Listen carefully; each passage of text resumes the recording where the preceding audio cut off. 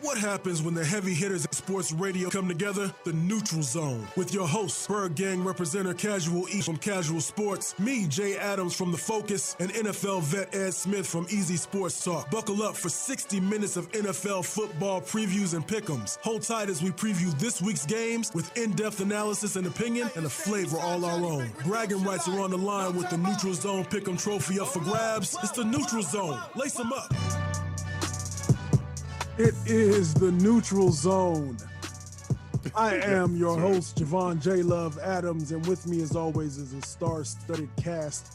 I'll start from as I'm in this box here. On my left is the one and only Casual E. Earl Burnett. Yeah. And then we have right below him, we have Sean McConnell. He is the champ. He is the reigning champ.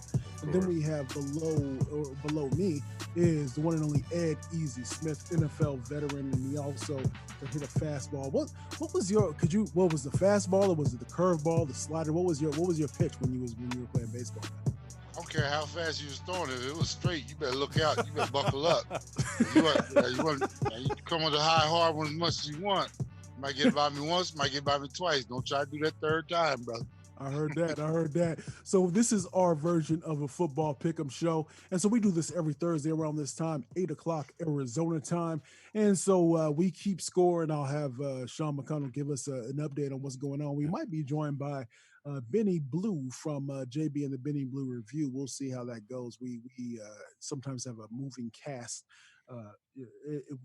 in here, especially this season. So this is how we do it. That's what happens when the show gets popular. Everybody wants to be on it. That's what's up. And it's good that we don't have smell-o-vision, because I just came back from running and I'm funky as so anyway, that's why we do it like this, though. That's what's up. So that's exactly why. Yeah, that's the reason. that's the reason. So Sean, if you want to recap what we do, and real quick, so one of the things we do is we break this down into segments, so 4 different segments, and so it kind of comes from my mind. So don't blame the guys if you're thinking that this team should have been in segment 1 or segment 3, etc. But the segment is always dedicated to the Arizona Cardinals, because at our heart we are an Arizona Cardinals show. So without further ado, Sean, what are the standings? Because I think we're bunched up a little bit. So it's not we'll definitely over the next couple of weeks we'll have some separation. But let us know the standings. Well, the standings were good last week. This week they got a little tricky, like you said. Ed and myself, now the 2 reigning champs of the past 2 seasons, are sitting at the top, tied for first. Meanwhile, the past 2 that have been in the bottom 2 the past couple seasons, I'm just saying. You guys are tied for third. I'm sorry. I'm about to get fired. I'm in my last year of my contract. I'm about to get fired. He's getting hot over there. Yeah, we'll talk about Matt Patricia later. But exactly. So let's get into the first game on the slate. Let's go with the Kansas City Chiefs at the Baltimore Ravens. It is the Monday night game. This is a game where it's kind of the new guard of the NFL. And so, of course, we have Patrick Mahomes and we have Lamar Jackson. This is going to be played, of course, in Baltimore. But I don't think that they have any crowds coming in yet or any fans coming in at this point in time. But we know that both of these quarterbacks are electric. The defense, I know that the Kansas City Chiefs are coming off of winning, of course, the Super Bowl. But I would think that the nod when it comes to defense will go to the Baltimore Ravens. But I want to get your thoughts on this one, gentlemen. So let's start with you, Casual E. Yeah, man, this could be an AFC Championship preview, of course. Everybody probably have that penciled in, but I don't. But I think it could be. Like you just got through saying, Baltimore is the better defensive team, more well-rounded team. Kansas City's defense is going to be their downfall this year. Last year they kept it to a point where they could barely get by. They look horrible right now. They can't stop the run or the pass right now. So, I mean, Baltimore can run. Baltimore can stop the run, and Baltimore's secondary is not too bad. So, the Chiefs' O-line is pretty good. Mahomes has only been sacked 1 time and hit 7 times. But when it comes to having to step back and throw that ball too many times in one game, you become one-dimensional. And with a team that can get a rush on you and make you one-dimensional, I see this game as Mahomes throwing it at least 45 to 50 times or more probably. because they're going to be one dimensional. But I'm going with Baltimore because Baltimore can run the football and they can stop the run as well. What you got, Sean McConnell? This game feels a lot like the KC Rams game where they combined for 109 points. I know Baltimore's defense is going to show up a little bit more than that. Are we seeing a game that might combine for like 115 or more? This feels like a very high scoring game to me, like record breaking high scoring. It's got all the markings to match that game, like I said, with the Rams. I might change it at the last second. Like Ed always says, I reserve the right to change it the last second because this whole week, I've only picked 4 road wins.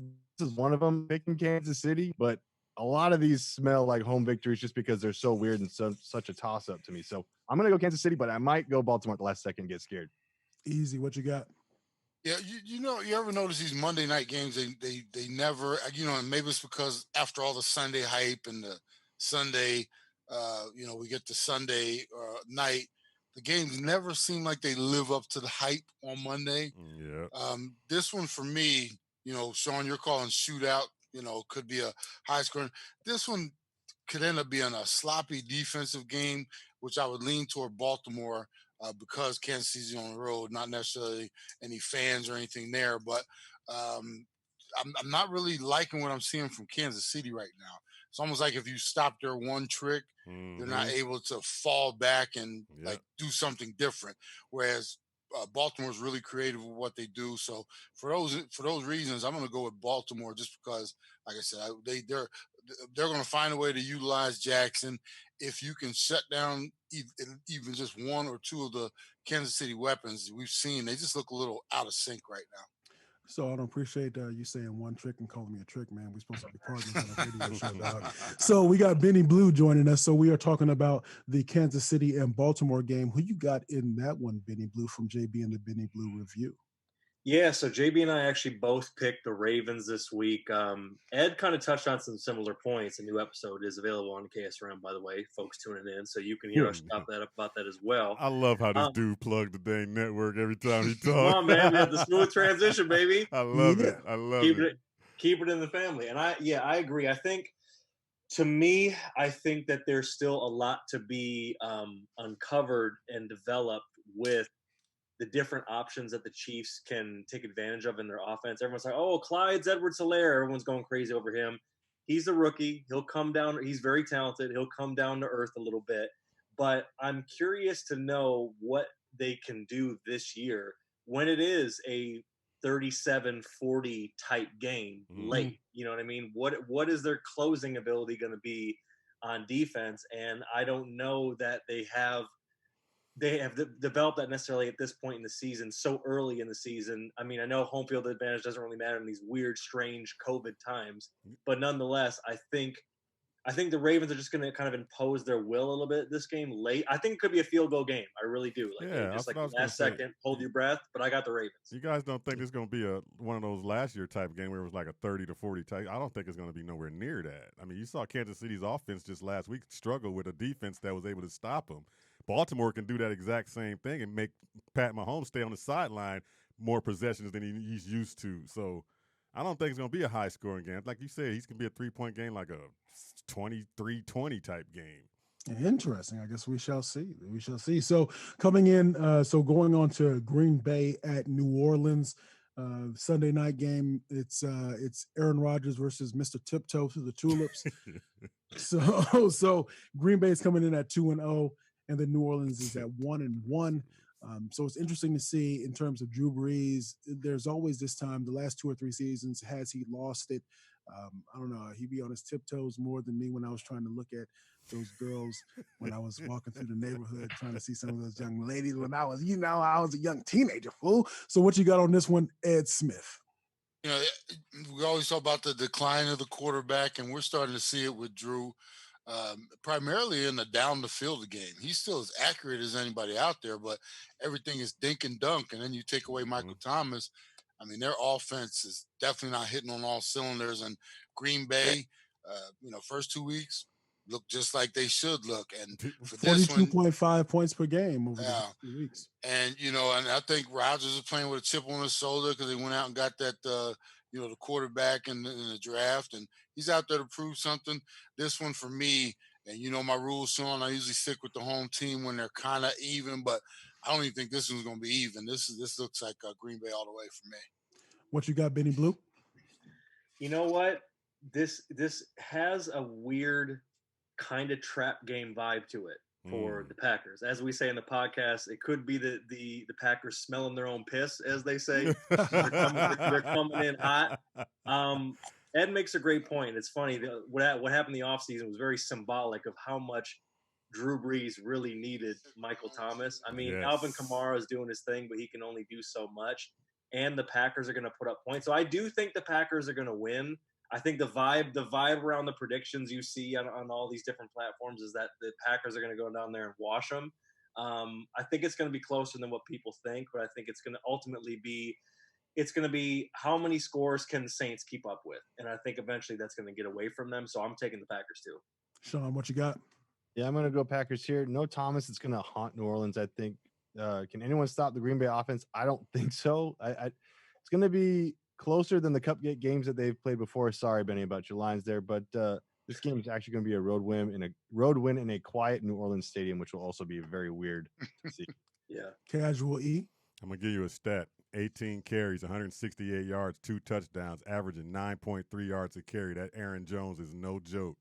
If you come in there and let that boy do what he was doing last week, it's going to be a long day for the Saints. And I told y'all last week, that is not the same team, of course, without that receiver. And, of course, the old man's getting old, like Ed said. It's winding down. You can see it. He can't even see the linebackers anymore. I mean, so, yeah, I'm definitely going with the Packers in this one because they can run that ball down your throat. Okay. So we got the New England Patriots going against the best team ever in the history of football, the Las Vegas Raiders. The Raiders are coming in at 2-0, the Patriots at 1-1. But of course, we know that the Patriots are going to run. It's like there's that saying in hip hop that ride this thing till the wheels fall off. The Patriots are going to ride this cam until the wheels fall off. And so we're going to see how this goes this season. So let's see what you got on this one. What you got, Sean? I'm sorry, Jay. The Raiders intrigued me, but not that much. They kept it close against the weak Carolina team, but then pulled away from New Orleans. Meanwhile, New England almost stole the game away from Seattle on the road. Right. I think this game will come down to coaching, which will eventually give the sleeveless Jedi Master the edge. New England's going to win. Sorry, Jay. What you got on this one, Ed? This what Belichick is doing with Cam Newton is part of his brilliance. Yes. Why would you bring somebody like Cam in? Most coaches would, well, this is a system we've run for the last few years, so let's get Cam incorporated in this. Nah, they got him there, and they're using that run game to throw everything off. And they're going to mask everything, and it's going to be a week-to-week process. They're going to come out with wrinkles. They're going to do this. And for me, this is just shows how, how smart that coaching staff is up in New England. Not taking anything away from your Raiders and their 2-0 start, Jay. F your Raiders, by the way.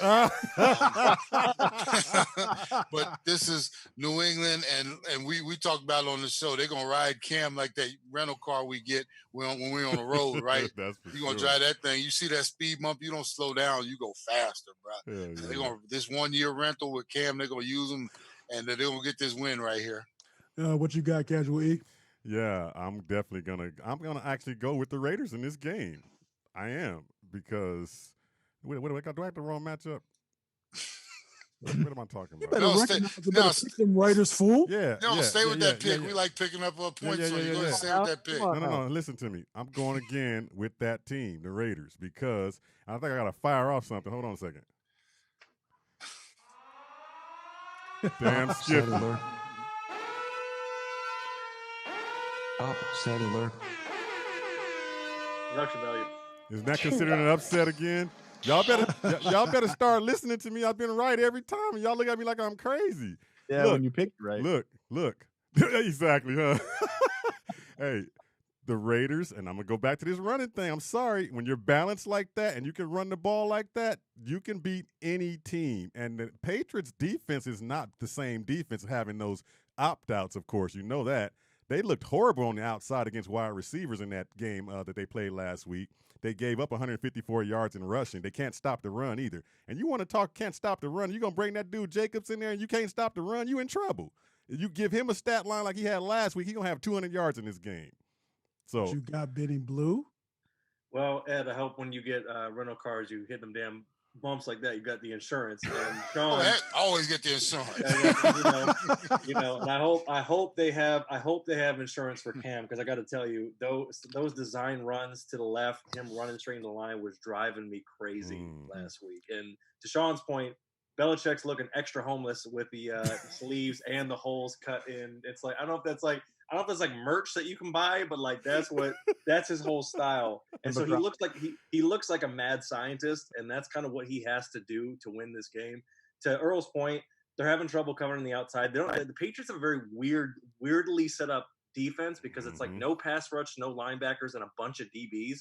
So the Raiders, as Javon knows, they have a bunch of different targets. Not like any real other than Jacobs, no real like kind of superstar playmaker. Right. But they have a lot of options. So the key to the Pats winning this game by the hair of their chin is turning Derek Carr into a hero in the red zone. And I think Belichick is going to mastermind something to steal one. I think it's going to be one of those where 3 3/4 of the game, it's like, oh, the Raiders got this. And I think they're going to let it slip through their committed to excellent hands.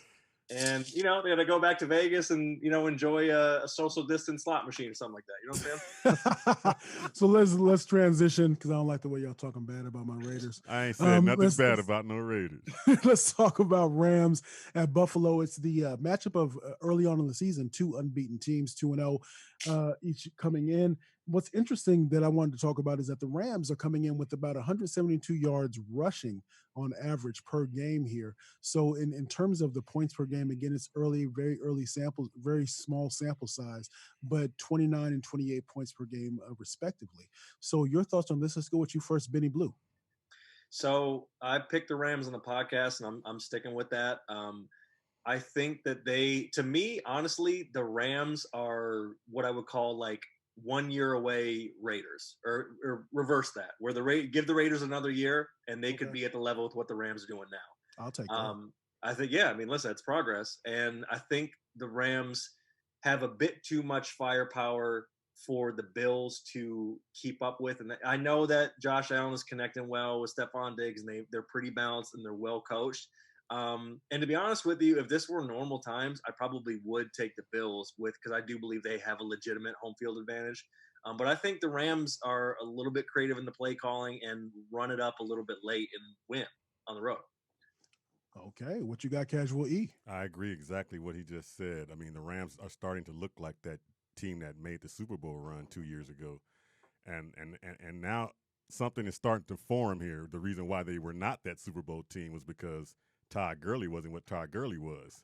Take that your running game out of their offense, they become just this staggered offense. Put that running game back in their offense, which what they have, this 3-headed monster right now, is making them dynamic and making them more dangerous. And they look like that team that can run up the scoreboard on you. The Bills are a very good secondary and a very good defense. I'm going to be interested to see how Goff handles that pressure, and can he handle the pressure in that game, and can they put up the points like they've been putting up the last week. But I'm going with the defensive team in this game because I like the Buffalo's defense. All right, what you got, Ed? You went all the way around the rosy just to come back and tell us you were taking the Bills? I wanted you to all year long. I want everybody to see that Todd Gurley was the difference. He wasn't that good. I kept waiting for you to go ahead and make that, bold prediction of Rams, and you came all the way back around to us. Oh no, you know I ain't. The defense. Hey, Ed, So- real quick. When we first started the show 2 years ago, you told me one thing: you better do your homework. I've been doing my homework, dog. Yes, I see it. I like it. I'll make mine real short here. I like that Buffalo defense against Goff. I know the Rams can be dynamic. I know we're not talking about home field or Rams or anything like it. It's not cold yet, anything like that. But that, I have been impressed with what Buffalo has done and Allen has done offensively, and they can just repeat that. And that defense, it's all about flustering Goff. I think if you can shut down a running game, force him to then have to carry the load. I Mhm. don't think his back is as strong as some of the other quarterbacks out there. So I'm gonna go with Buffalo. Sean, what you got? I got Buffalo for the same reasons. This game's definitely about which offense can overcome the opposing defense for sure. Who's going to be able to overtake that? And to me, Buffalo's defense is stronger. And I also really like that chemistry of Diggs and Allen. I think that's really going to be something to look at in this league. They're not going to take the league by storm necessarily, but it's going to be a nice surprise when people are watching their games and think, wow, this is really nice chemistry, good connection. Both offenses put up similar numbers, but I'll take Buffalo. Even though they're at home with nobody, Bills Mafia will find a way to will them to victory 600 feet away. It's interesting how there's definitely been a culture shift when it comes to the Buffalo Bills, and so that's definitely evident.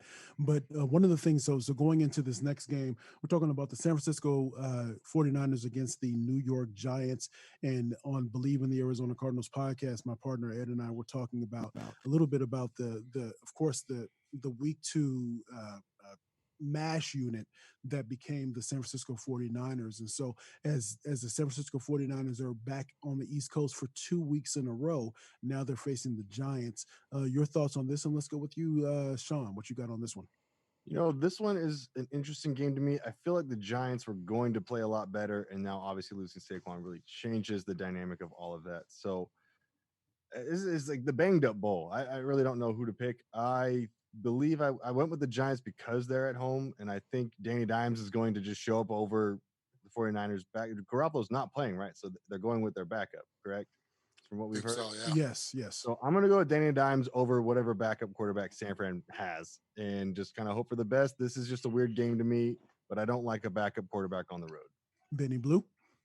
Yeah, this one is the amputee game for sure. I mean, so many cats, so many. I like that better. I know so many impact players out of this one. It's this one's going to be a tough watch if you're watching it. Mhm. I think the Niners are better coached, and I believe JB and I believe in Nick Mullins, aka the real Big Dick Nick, Southern Miss to the top, and he actually Nick Mullins is actually one of the better backups in the league. And Danny Dimes doesn't have anybody. I mean, He doesn't quite curl right, as me and my partner like to say. He doesn't right. Yes, I mean, I'm taking the Niners because I mean a little bit more depth and better coach. Niners. What you got on this one, Casual E? Yeah, this game would have looked the same if Jimmy G was in it. It's still going to look the same because him and Jones look the same to me. They're the same guy to me. They have dink and dunk and tight ends that they throw the ball to. That's it.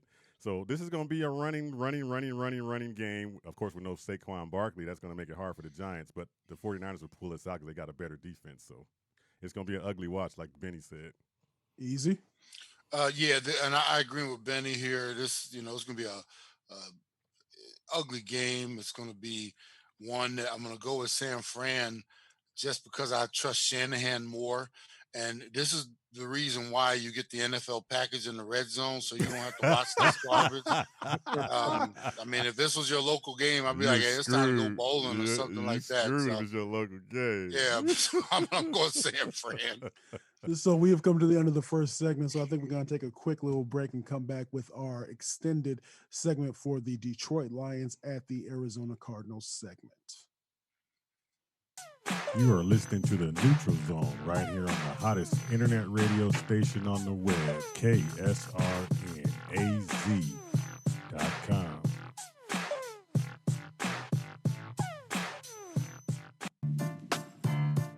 Welcome to the Neutral Zone Show. Lace 'em up.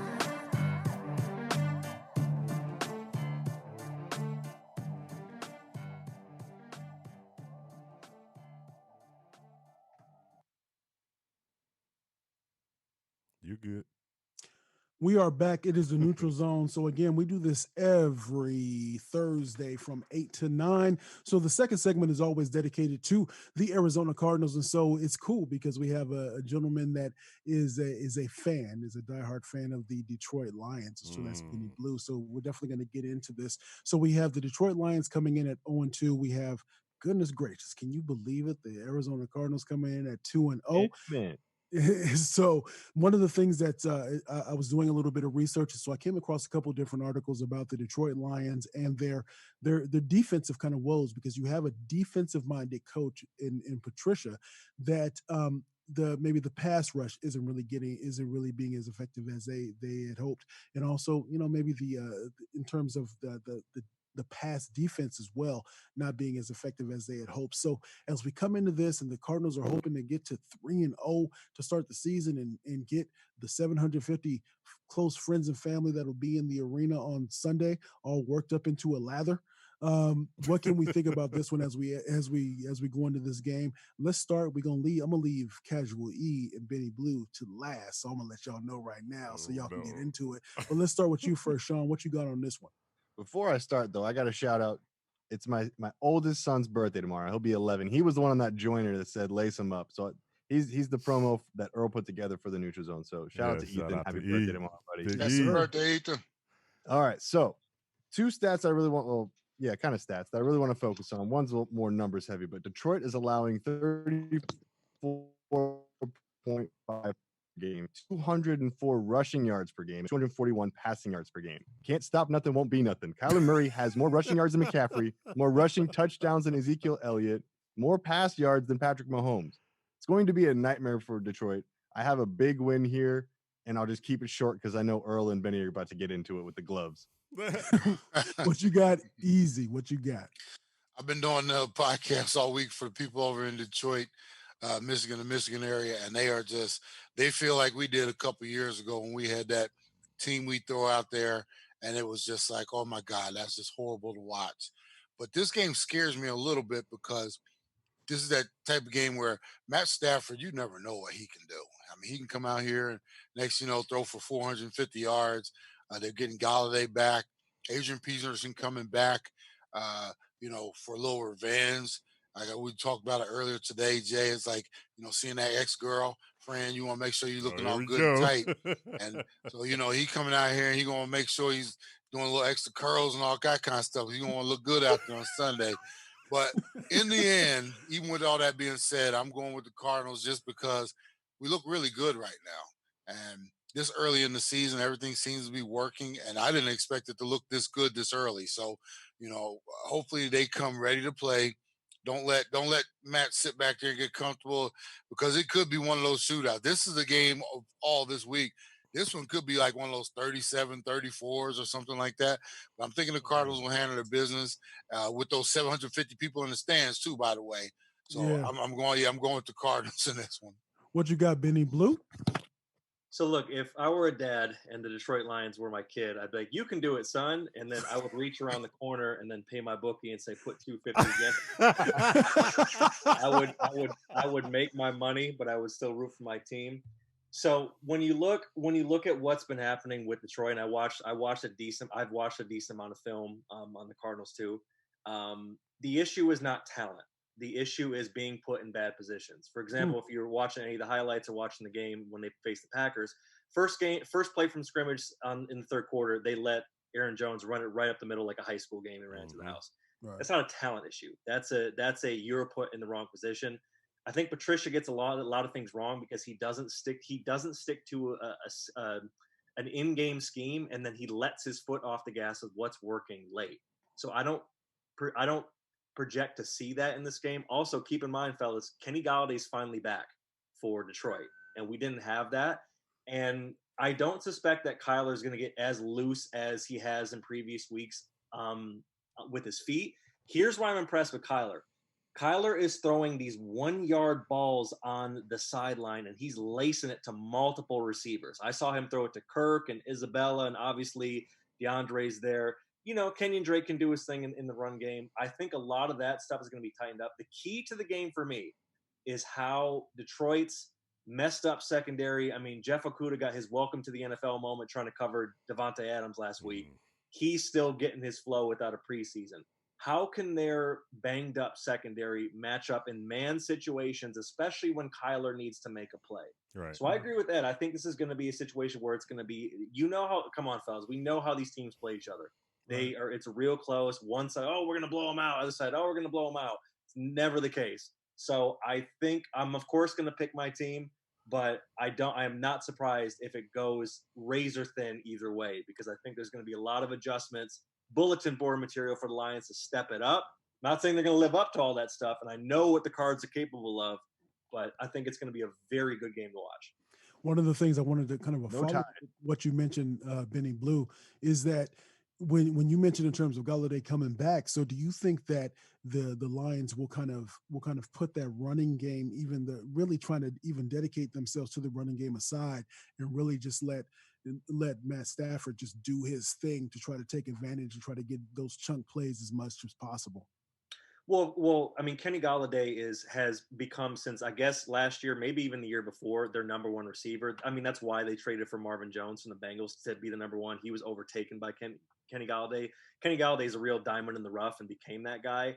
And you got to remember, Kerryon Johnson's is coming up with his ability just in the run game.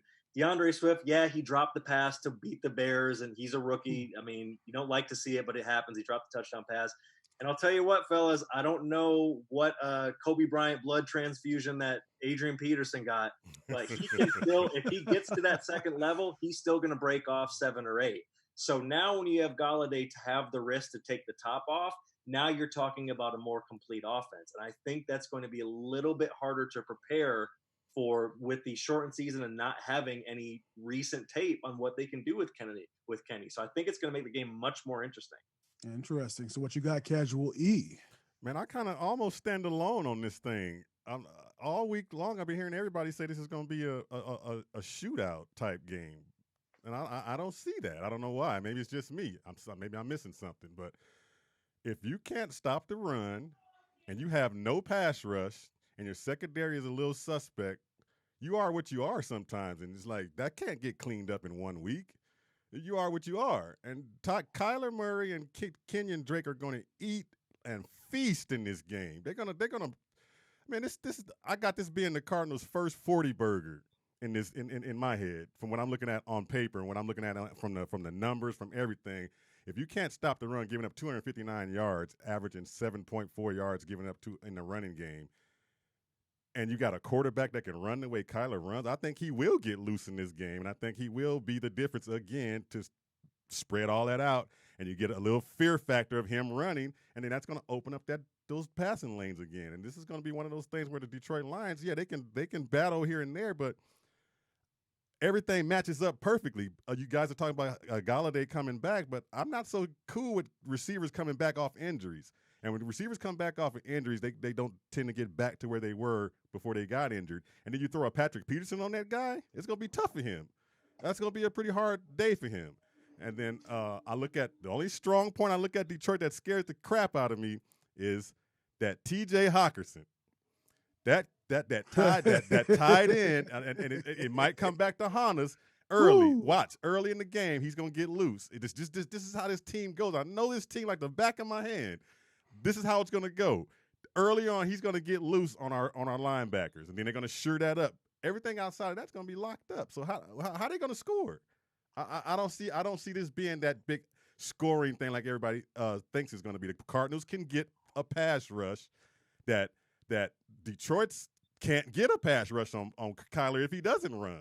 They haven't sacked hardly anybody this year. They don't get a pass rush.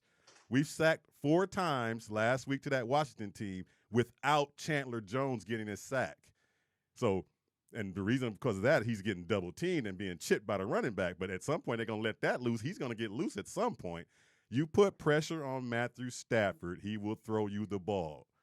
You put pressure on in his face up the middle, he will throw you the ball. Yeah, he'll get some touchdowns early in this game. I see this thing, the Cardinal 40 burger, 41-21.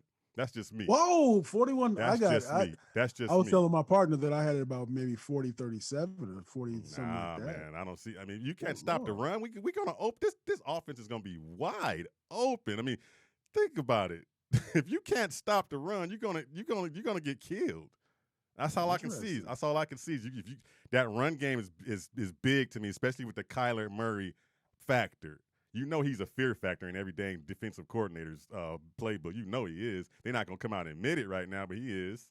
He is. Okay. And Drake will get on track in this game, too, because we need him to get rolling this year, too. So this is going to be the Cardinal 40 burger.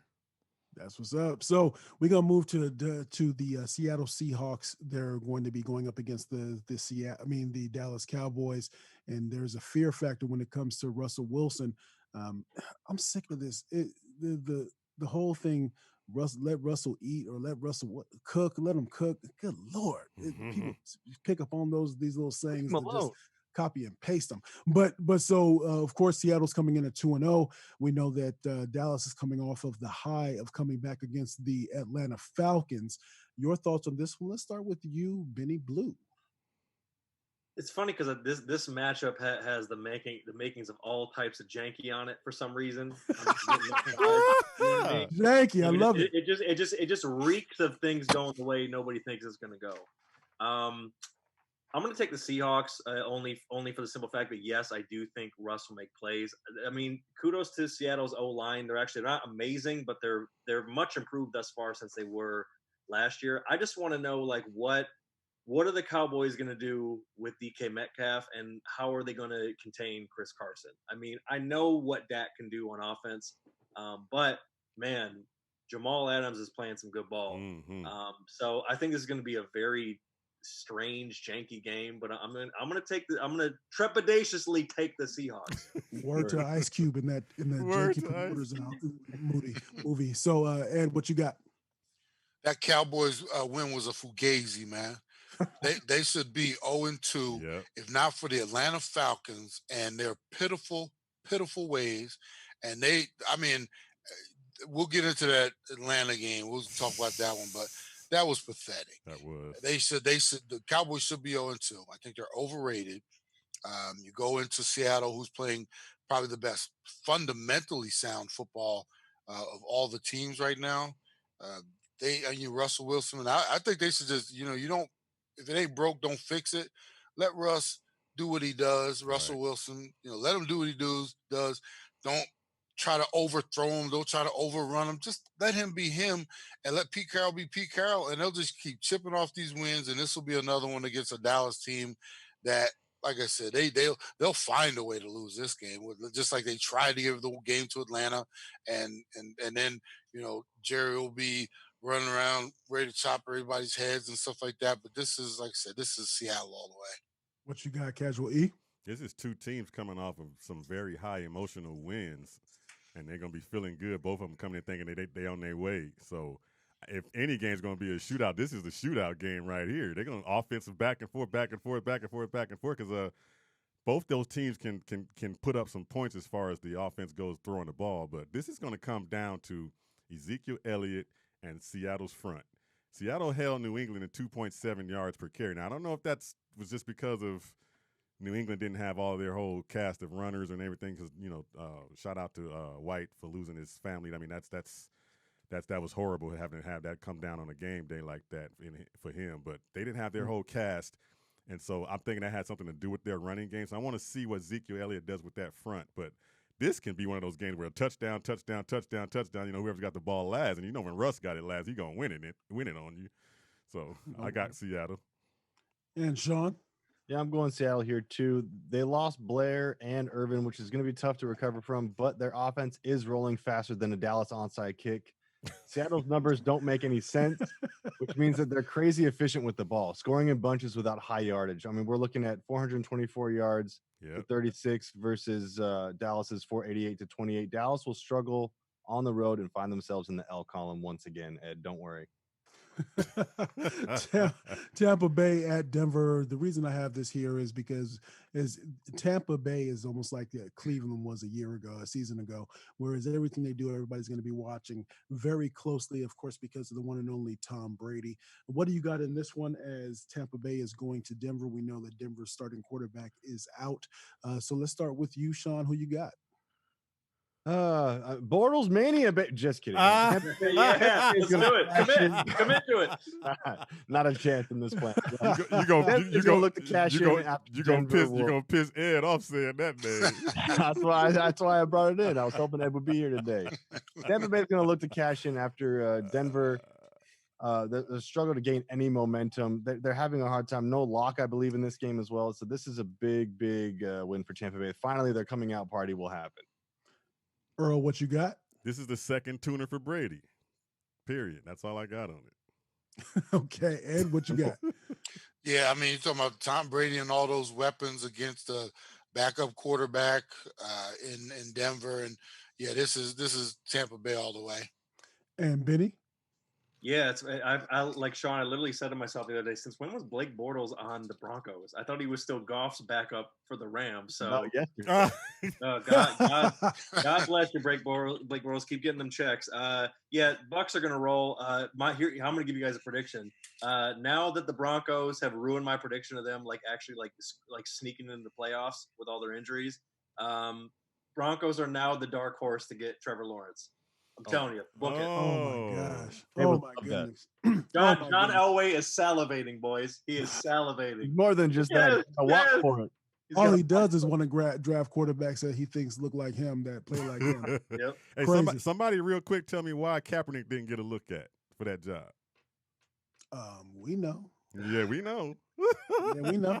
Yeah, they know. They know. Ah. So He's stupid. we're gonna go to Chicago. Chicago at Atlanta. They could use Ed Smith out there. I don't think he can run a out or an in or an even or whatever the hell. Ed can't do shit right now. Oh, Anyway, so we have the Atlanta Falcons coming in at 0-2, and surprisingly, Chicago coming in at 2-0. I still don't trust Trubisky. I don't. It's not one of those things. I don't necessarily trust the starting quarterback for the Atlanta Falcons either. I think it was you last week, Earl, that said that essentially the Falcons can do anything they want between the 10s, from 10 to 10. And then when it gets to time to throw that touchdown or try to drive it in, they can't do it. But so your thoughts on this? And let's start with you, Ed. Who you got on this one? Man, every time you pick Atlanta, they lose. Every time you pick Atlanta or you pick against them, they win. And after what they did out there in Dallas last week, oh my goodness, they're. I mean, was it the head coach on the way back? He should have spent the whole flight back in the bathroom, just hoping that Jerry didn't want to have a chat with them, because you can't. That onside kick situation, that fiasco, that's all about preparedness. You think that would ever happen to a Belichick team or a well-coached team? Who doesn't know that you have every right to jump on that ball before it goes 10 yards? These dudes are waiting around for it like it's a hot potato. We can't jump on it. So for me, this is a game where I'm hoping he has the Falcons inspired, because if not, he's going to get a couple of Home Depot cards and some drinks on the way out the door. They're going to give him a little parting gift. Yeah, it's about time, too. Clock is ticking. He was on the clock at the end of last year. Yeah. You start off like this. He on overtime, Yeah, if you don't come out with some fire and win this game, so that's why I'm picking Atlanta, even though I have every reason in the world to pick against them, but I'm gonna go with Atlanta just because this is one of those games they'll come out and act like they actually know how to play football. Earl, who you got? Man, Atlanta would be a Super Bowl contender. They would be undefeated right now if football was 2.5 quarters. Because man, this team can light it up early. I mean, this is what they've done since last year. Years before this, they light it up early, and then somehow they lose their mind. I like this matchup for them because, I defensively, you talk about Trubisky. This is one game that he can be happy to play in, because their defense has held every quarterback that they've played so far to like an 80-ish quarterback rating, and that's not all that great. But this offense early, like the Falcons that are going to come in really early, and the ball's going to be flying all over the place, and then the Bears defense will slow it down and make them play them in the fourth quarter. And then I like the Bears defense and their pass rush in this game. So I'm going with Chicago in this game. Benny Blue. So on the podcast, I accuse the Lions and the Falcons of being like the NFL's version of that Spider-Man meme where they're both pointing at each other, because they both do the same things. They can run it up early, and they have a lot of firepower. Yep. They lack discipline in critical moments, and they have a defensive coach who has like a membership to Home Depot, and will probably have a job there after this is all over. Because they are out the door. This is a must-win game for the Falcons, and I do think they are really truly the dirtiest of birds right now. They need a bath and an exorcism to get out of what happened last week. I proposed actually in 2016 when they blew the 28-3 comeback that they should have been relegated Premier League style down a league, and then Bama should have came up and taken their spot for choking in the Super Bowl. That should be the punishment. Yeah, I think we love all this agree. That should be the analogy. punishment. You choke in the Super Bowl, you get relegated down to Division I college football. Maybe that's just me. Nonetheless, the Bears are frauds. That is The Bears harsh. are frauds. That's harsh. And I'm taking the Falcons. The Falcons will win. Oh. Sean, what you got? To me, this is a 50-50 game. It's the Pretender Bowl. I think Atlanta's going to win at home. I'm still waiting for the Trubisky letdown. His default setting is picks. So it's Yes. going to happen today. All right. So let's go to Washington at Cleveland. We know that the Washington football team is coming off of a loss to the Arizona Cardinals in Cleveland. There's always that wondering coming off of what a victory last week, can they keep that up? Can their quarterback kind of start to really get things all put together? So given that, what's your thoughts on this one, Casual E? I didn't really put anything on this one as far as analyzing everything. I just look at the Cleveland Browns right now are trying to get a rhythm going, and that game last week with a subpar opponent is another subpar opponent this week. So just use that game to get tuned up, get on point with your receivers, Baker. Keep your head, keep that running game going. Them two dudes is like, man, if you can run the ball like that every week, then you can play anybody and win. But they'll win this game because it's going to be another tune-up for them. Sean, what you got? Yeah, Cleveland looked much improved in the Ohio Bowl. Utilizing Nick Chubb will be crucial in this game. Washington showed promise in their defensive line, but not much else. I see the home team winning here. If Cleveland can win the field position game, that's crucial for them. I'm going Cleveland. Benny Blue? Yeah, I mean the key for the Browns and this whole like cloud that hangs over Baker Mayfield's head is you have these weapons and it's this weird like family affair where they're fighting over one ball and this whole thing about it, and they need to be able to kind of build from the Nick Chubb Kareem Hunt tandem. Build from that. You can check down to them. You can establish a run game from Chubb. Then you can build from there to take the top off and get it to Odell or get Juice in the soft spot in the zone. That's how they're going to actually find success going through the season. And, like Sean said, it's going to be one of those things where they can actually start on a Washington team. Yeah, they have Chase Young. It's cool. But Washington, I mean, they need a name. They need an identity. They need a lobotomy. They need a lot of things. And they're going to be pretty bad this year. So I'm taking the Browns. Ed, who you got? Yeah, this is all about using your weapons properly. I don't care. You don't use a bazooka to kill a rabbit. That type of thing. This is one of those ones. You got those type of running backs. Yeah. I don't care where you drafted Baker Mayfield. His job is to be able to hand the ball off 40 to 50 times, throw it 15 to 20 times, walk away with your victory. And that's if they're smart, that's what they'll do. I don't care how much Odell wants to cry about he's not being utilized and this and everything. It's all about them W's. The best way to get it in this situation is that form. You got two of the best running backs in the game. You got great, decent tight ends. Use that. You should be able to beat this Washington football team just like we did last week without any fuss. There we go. So let's transition to Houston at Pittsburgh. Houston is going to Pittsburgh, 0-2. Houston going to 2-0 Pittsburgh. Houston about 84 yards per game in terms of rushing. We know that if we look at it, we see that, Houston is giving up 33.5 points per game, going up against Pittsburgh. What do you got on this one? What you got, Sean? I feel bad for Houston. First, you lose your biggest non-quarterback star. Then you have this schedule to start your season. You go KC, Baltimore, and then Pittsburgh. Oof. Pittsburgh is rolling while healthy, only allowing 66 rushing yards per game. Just stuffing people. I'm going Pittsburgh here. I think it's going to feel big. The score's not going to show big, but it's going to feel big. It's going to feel like Houston maybe scored one late and they kept it close, but Pittsburgh will have the game the whole way. What you got, Ed? Yeah, rough. Just like Sean said, this is a rough stretch for Houston. But you guys know they're just setting this up. This is their plan. They finish every season 8, 9, and 7. So in order to do that, you got to have a slower, stroppy start. You can't come out the box, swinging on all cylinders. So this is how they do it. This is a Pittsburgh game all the way.